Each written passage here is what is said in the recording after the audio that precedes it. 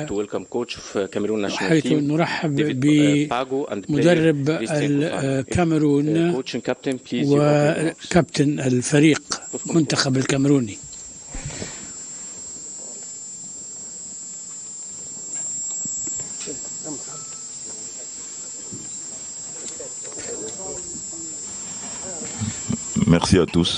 شكرا للجميع، ونحن فخورون بتواجدنا هنا، ونحن على ذمتكم لطرح الأسئلة.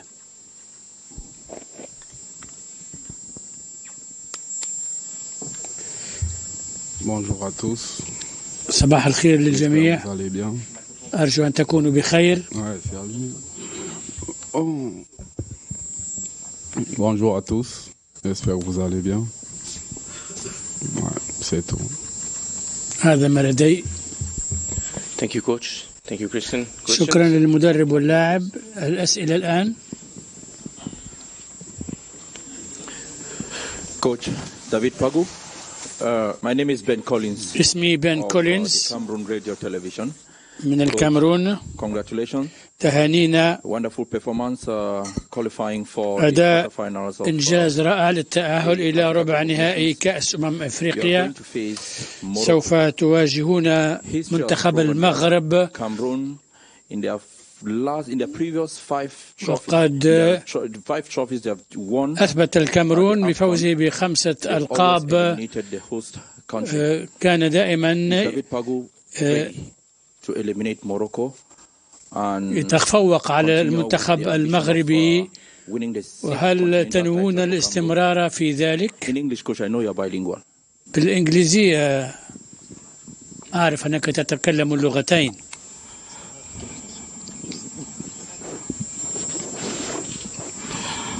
Okay, thank you, Ben Collins. شكرا بن كولينز. You see, the past not guaranteed. الماضي لا يضمن الحاضر.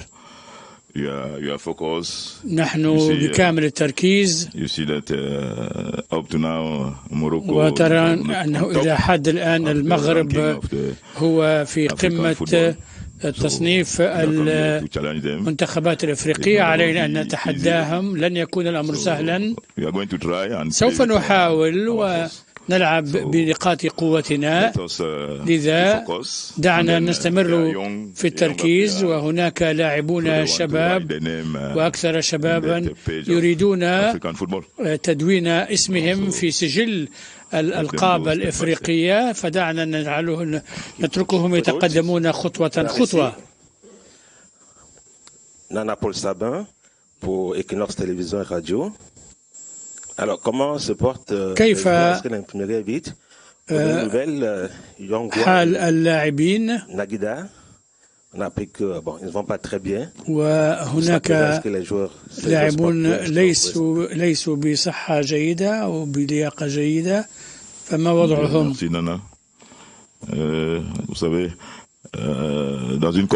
في بطولة مثل هذه غرفة التمريض دائما تتم زيارتها. اللاعبون لا يكونون بكامل لياقاتهم، لكن هناك بعض المشاكل التي يمكن للاعبين أن يلعبوا بالرغم من معاناتها. هناك لاعب خرج في بعد المباراة أو خلال المباراة ضد جنوب أفريقيا، والطبيب يعمل على أن يتعافى بسرعة. سوف نرى ما هي ردود أفعاله، وكذلك الأمر بالنسبة لناجدا. وإلا فإن غرفة التمريض دائما يوجد فيها لاعبون. نعمل أيضا على الناحية النفسية للتعافي ماديا وذهنيا. Bonjour coach, Kevin Fotso, Afrique Informe. مرحبا. Au début de ce tournoi, في بداية هذه البطولة نعرف السياق الذي بدأت فيه البطولة. تحدثت كثيرا عن إعادة البناء، وبعد المباريات الأربع الأولى هل تقول إن لديكم الاستعداد الأفضل لهذا المنتخب الذي كنت تحلم به؟ Bien, merci Kevin. شكرا لك يا كيفن. لسنا دائما راضين، وهناك رغبة دائما بأن نقترب من الكمال في أدائنا ونبحث عن الفريق الذي سواء كان الأساسيين أو من هم على دكة الاحتياط.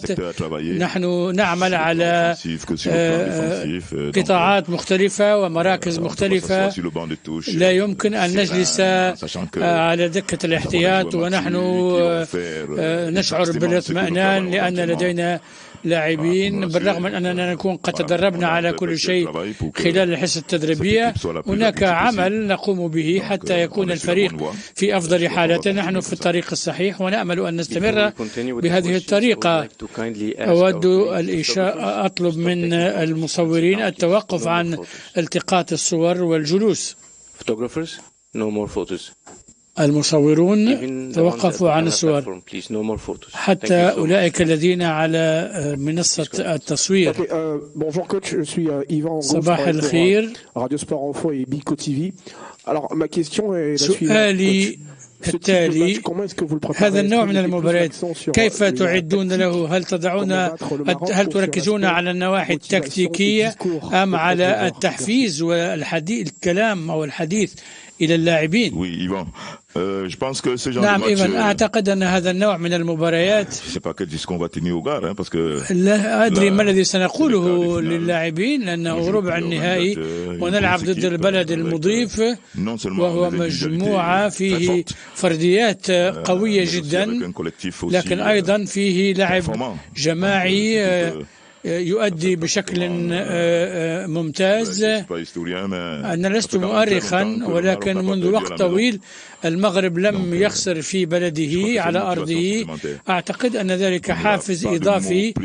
لن يكون هناك كلمات دقيقة نقولها للاعبين، لكن سنطلب منهم أن يؤدوا كما يعرفون، وستكون الأمور الذهنية مهمة جدا. Hello, Coach. This is Ian مرحبا. From the Times of London. I would like to ask you about. أود أن أسألك عن دور براين ليغويمو. هل لديه دور قيادي في الميدان وفي غرفة الملابس؟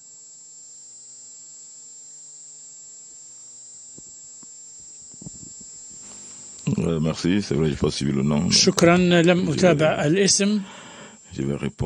سوف أرد وأقول أن بران بيمو كل لاعب له شخصيته ومزاجه وتعليمه وثقافته، وكما نقول لهم دائما كرة القدم هي الغابة، وأحيانا ينبغي أن تفرض نفسك بذهنيتك وقوتك. قد تكون لاعبا قويا جدا في الملعب من الناحية الفنية، لكن إذا كان حولك لاعبون لهم شخصية قوية يمكنهم أن يلتهموك ولا يتركوك تعبر عن مهاراتك الفنية. أعتقد أن بيمو هو لاعب يحتاج إلى أن ندفعه ببعض القوة لكي يعبر عن إمكاناته.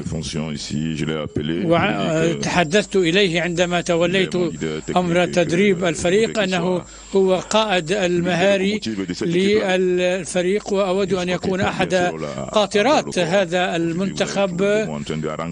ووجدتم أنه يبذل الجهود ويندفع ويتحدث ويذكر بتعليمات المدرب. أعتقد أن له دور كبير جدا في فريقنا في الملعب كما في غرفة الملابس، وهذا أمر جيد بالنسبة لنا.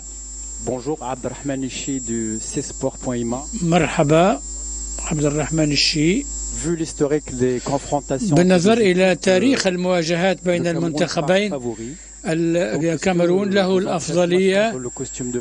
هل إذن أنتم مرشحون للفوز في هذه المباراة، مباراة الغد، أو بالنظر إلى أدائكم في الأدوار السابقة أنتم فعلا الفريق المرشح للفوز؟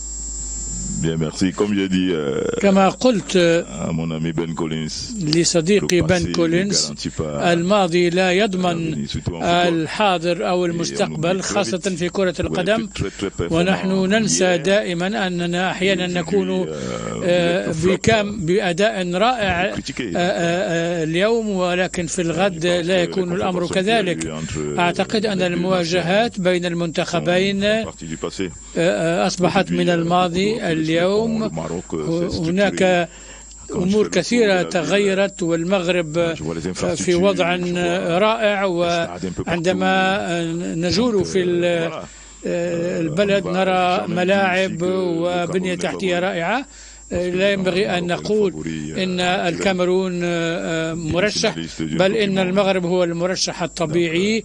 هو وصل لنصف نهائي كأس العالم وهو على أرضه، ونحن نعرف أننا سنخوض مباراة صعبة ضد فريق جيد، وسنحاول أن نتحداه وأن نجاريه، لكن المغرب هو المرشح الطبيعي. صباح الخير فالكاو. Ma question à l'endroit de Kofran. سؤالي للاعب: أنت جئت إلى هذه البطولة في السن 19. ما هي المخاوف التي كانت لديك والفكرة التي كانت لديك عن نهائيات كأس الأفريقية قبل عام، وماذا وجدت فيها هذا العام خلال مشاركتك في البطولة؟ كأس أفريقيا هي إحدى أفضل البطولات. أنا لعبت في الفئات السنية وشاهدت مباريات كأس أفريقيا في التلفزيون. أصبح هذا الآن واقعا. بالنسبة لمباراة الغد نحن نستعد بشكل جيد ومركزون، ونعرف أن المباراة ستكون صعبة، لكننا مستعدون لأي شيء. Bonjour coach, Patrick Juillard pour Sport 365 à Paris. سؤالي يتعلق بما يسمى بالأملي. تحدث عنه الكاميرون في النسخ الأخرى أو السابقة. أنت تتحدث عن كرة القدم وتكتيك وفنيات. هل إن الحديث عن ما يسمى بالأملي موجود بالرغم من الحديث عن النواحي التكتيكية والفنية؟ شكرا باتريك. ما يميز الكاميرونيين هو شجاعته وهو لا يتردد، بالرغم من أنه يعرف أنه في مواجهة جبل فإنه سيهجم ليظهر للجبل أن هناك شخص قادم. إذن ما يسمى بالأملي لا يخفي هذه المفاهيم، لكن كما نقول هناك منتخبان متساويان في الجودة، والناحية الذهنية ستحدث الفارق، وذلك تلك الروح القتالية ما يسميها الكاميرون الأملي. إذن سنهجم. مرحبا مدرب واللاعب. كوفاني، كيف نشعر عندما نشارك لأول مرة في نهائيات كأس أفريقيا؟ وماذا نقول لأصدقائك القدامى من برازافيل إلى دوالا؟ لم أفهم السؤال جيدا. ماذا نقول لجيراننا في دوالا من ناحية برازافيل؟ تريد أن أوجه إليهم رسالة. شكرا للحس الإيجابي الذي توجهونه إلينا. سوف نبذل كل جهد ممكن لكي نرسم البسمة على وجوهكم وشفاهكم.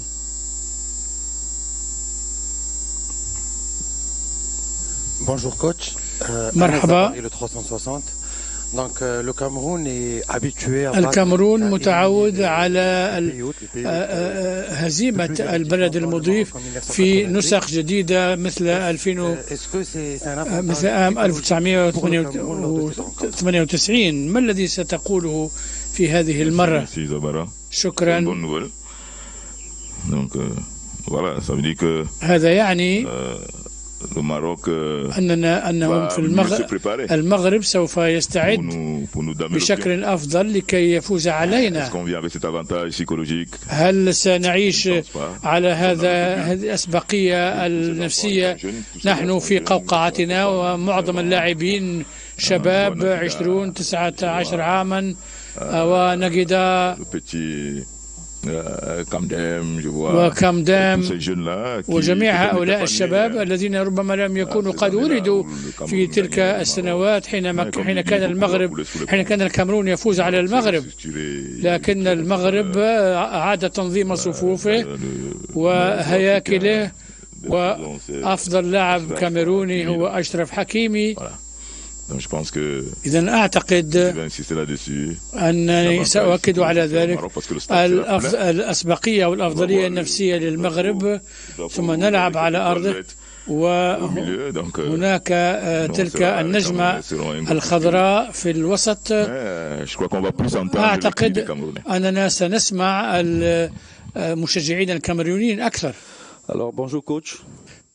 مرحبا.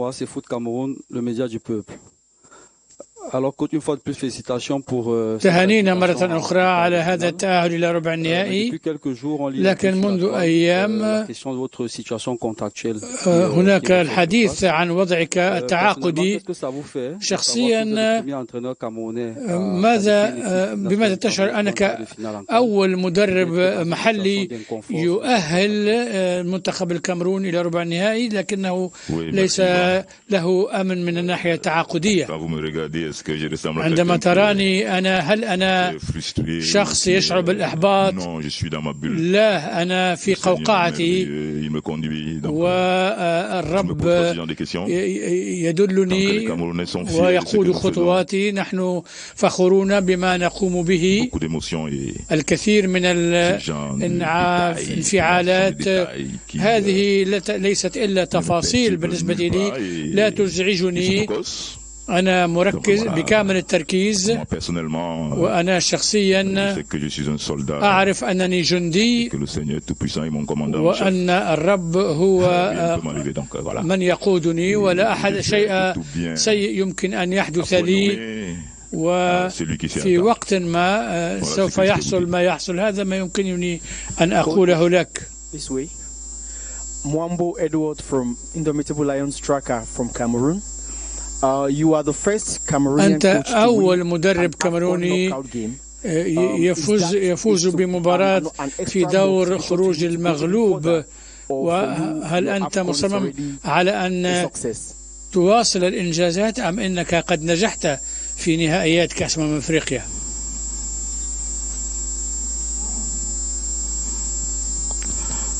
Thank you, brother. شكرا يا أخي. My satisfaction رضاي سيكون عندما ينتهي كأس أفريقيا. بالنسبة لنا ما دامت البطولة مستمرة، لو كانت قد انتهت من قبل، فنحن الآن نركز على مباراة الغد. لعبنا مباريات وسنلعب مباراة رائعة غدا، ونأمل أن نستمر في الاستمتاع بوجودنا هنا. هدفنا إذن هو هذه المباراة، ولدينا حصة تدريبية هذا المساء. سوف نرى ما هو الاستعداد لدى لاعبينا، وسوف نرى.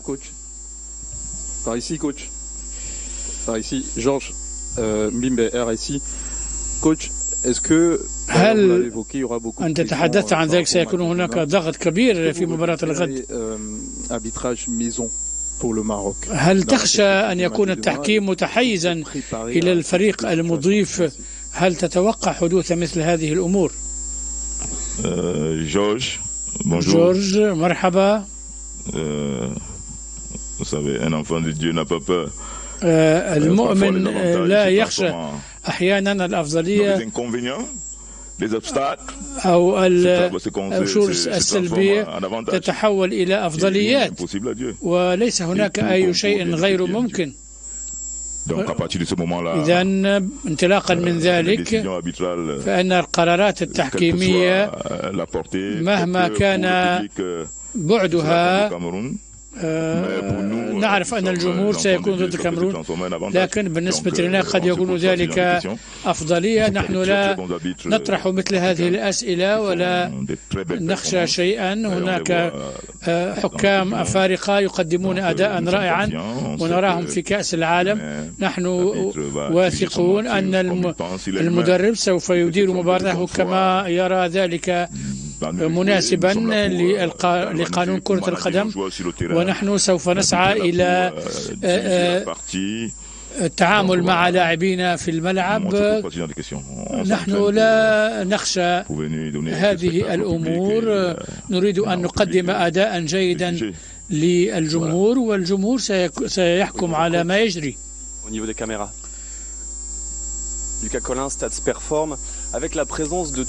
بحضور الفرق الكبيرة في ربع النهائي، هل تعتقد أن هذه النسخة وصلت إلى مستوى جديد من حيث قيمة الأندية التي وصلت إلى هذه المرحلة؟ نعم، هذا واضح، لأنه ليس هناك مفاجآت،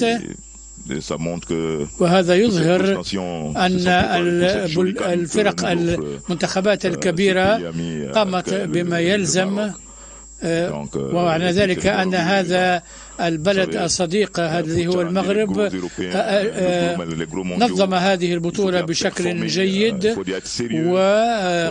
والفرق ينبغي أن تلعب بجدية وتقدم أداء جيدا.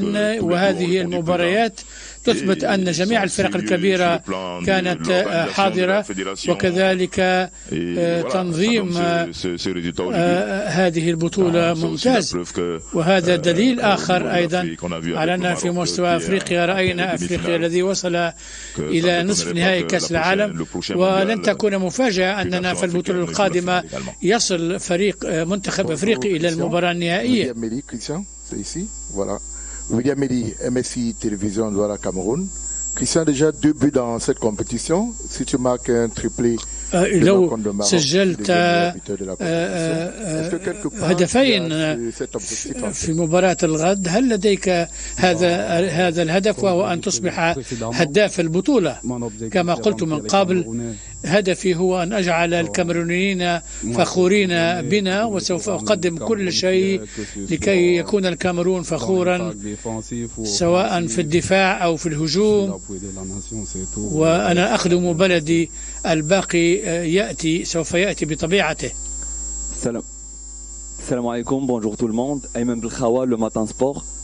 Coach, le match de vendredi, Inch'Allah. مباراة الجمعة ستكون تحديا بين بلدين كبيرين في كرة القدم، وكذلك بين 22 لاعبا 22 نجما، وبينك أنت والمدرب وليد رغراغي. هل تعتقد أنه سيكون أيضا تحديا بين رئيسي اتحادي كرة القدم سامويل إيتو وفوزي الخجاعي؟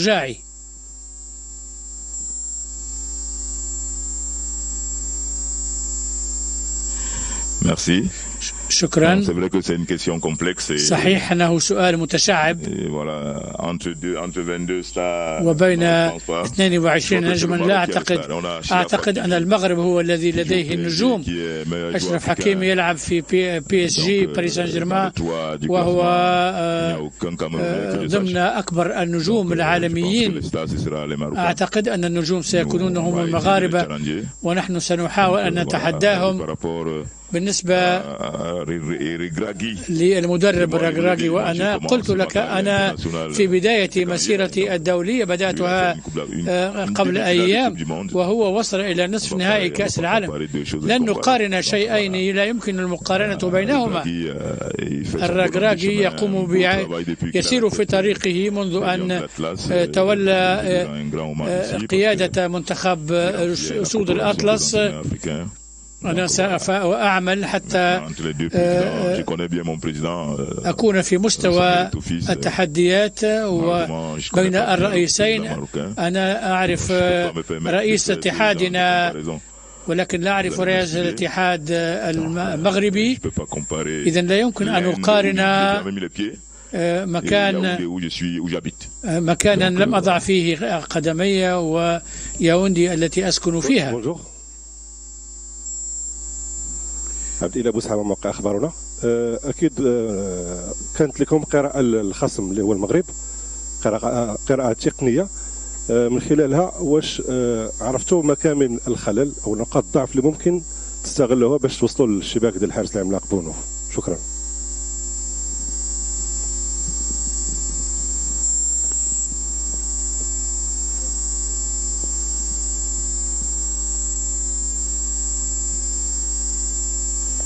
Merci mon ami. شكرا يا صديقي. لدينا اليوم التكنولوجيا التي منحتنا الكثير من الفرص. يمكن أن تشاهد مباراة وتحلله بالفيديو وتقطع المقاطع وتدرس أسلوب اللعب ونظام اللعب وأسلوب أداء كل لاعب في الملعب، لكن الحقيقة حقيقة المباراة التي تخوضها مختلفة تماما. الفريق لا يمكن أن يكون ثابتا وبنفس المستوى من بداية المباراة إلى آخرها. هناك فترات ضعف وفترات قوة وهو يدير هذه الفترات. من المؤكد أن المغرب سيكون له فترة ضعف حتى لو كانت دقيقة أو بعد 3 أو 4 كرات.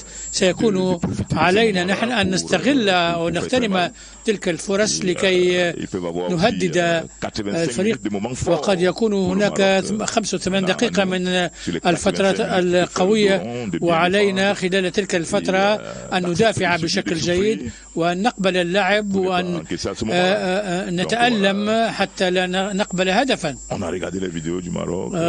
عاينا مقاطع فيديو المغرب وهناك نقاط ضعف، وهم أيضا يفعلون الشيء وينظرون أيضا مبارياتهم وسيحاولون تصحيحها، ولكن حقيقة المباراة تكون مختلفة دائما. آخر سؤال للاعب.